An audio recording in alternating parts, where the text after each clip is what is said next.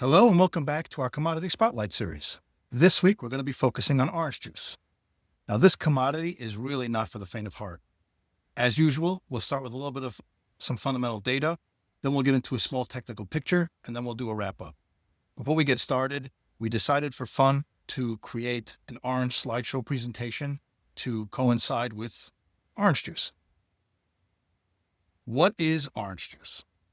So, frozen concentrated orange juice futures are a standardized contract that allow you to buy or sell a specific quantity of orange juice concentrate at a predetermined price for future delivery. What made them famous? Well, the movie Trading Places, starring Dan Aykroyd and Eddie Murphy, really put these things on the map. Before that, I don't think anyone really knew about it. And to be honest with you, I don't think anyone really knows that you can trade orange juice, at least not outside of the institutional arena. A lot of people don't know they exist.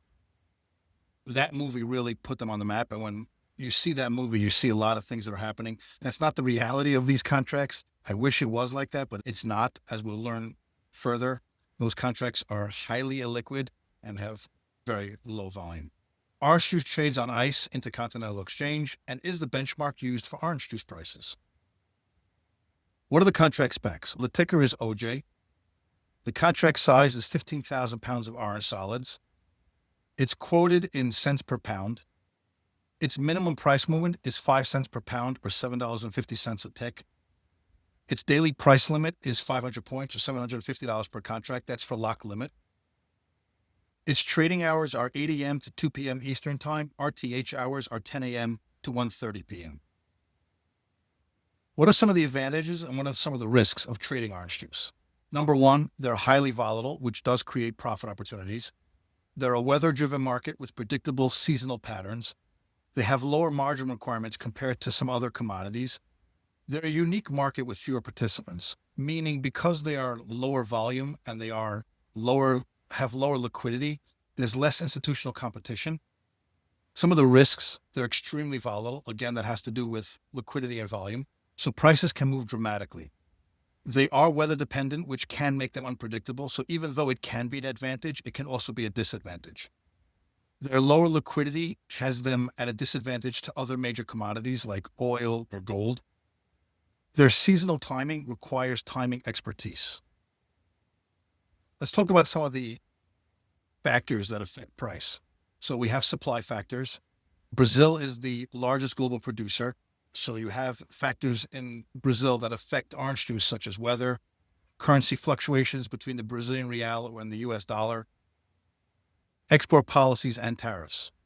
In the US, Florida makes up about 60 to 70 of US production. Over there, you have to worry about freeze warnings, because again, these are trees, so it can affect the crop. Hurricane season can have an impact. There is a situation of certain tree diseases which can destroy the orange juice crop or the orange bearing trees. That would be citrus canker and other greening disease effects. And then also you need to pay attention to acreage planted and the tree age. All of these have effects on the orange crop.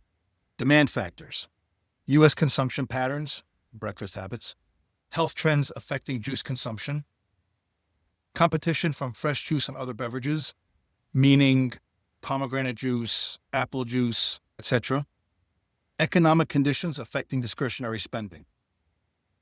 Orange juice has been promoted in the past as having many health benefits. However, more and more research are suggesting that juices have high levels of sugar, albeit it's natural sugar, but it does have high levels of sugar. That may be linked to diabetes, obesity, and tooth decay, driving down demand for the more health-conscious consumers. It seems as though the pandemic has shifted this perspective entirely, with reports suggesting that more consumers are buying orange juice in an effort to boost their immune system. Seasonal factors. October through March are the weather season. They have the highest volatility. You have freeze risk from Florida, harvest season concerns. It's typically bullish. April through September is the off season. There has lower volatility. You have post-harvest assessment, inventory drawdown. It's generally a bearish period. Currency risk. Orange juice is traded in US dollars. As such, a strong dollar against the Brazilian real can make orange juice more expensive. which can therefore decrease demand. Conversely, a weaker dollar makes orange juice cheaper for traders holding other currencies. In general, that's the way the dollar affects commodities. A strong dollar puts price pressure on commodity prices. A weak dollar has price appreciation in commodities. Is it right for you? So, like other commodities, the orange juice market can be extremely volatile at times. However, the inherent low volume and liquidity can be very challenging. It's not suitable for intraday trading. It can be very rewarding for multi-day, week, and month traders.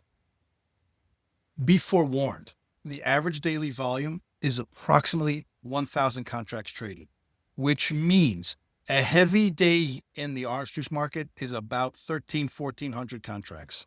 A light day is about 700 to 800 contracts.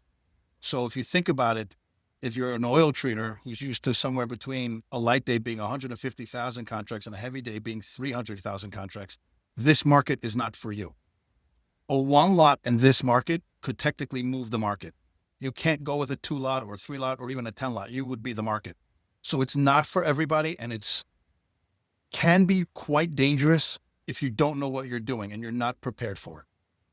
Let's get into some technicals and then we'll do a wrap. Over here, we're looking at a daily chart of orange juice.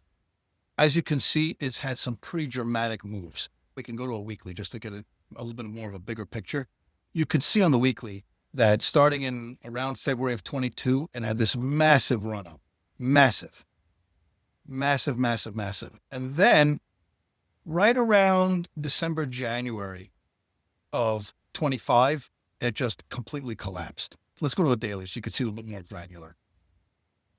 It had a big, ginormous move.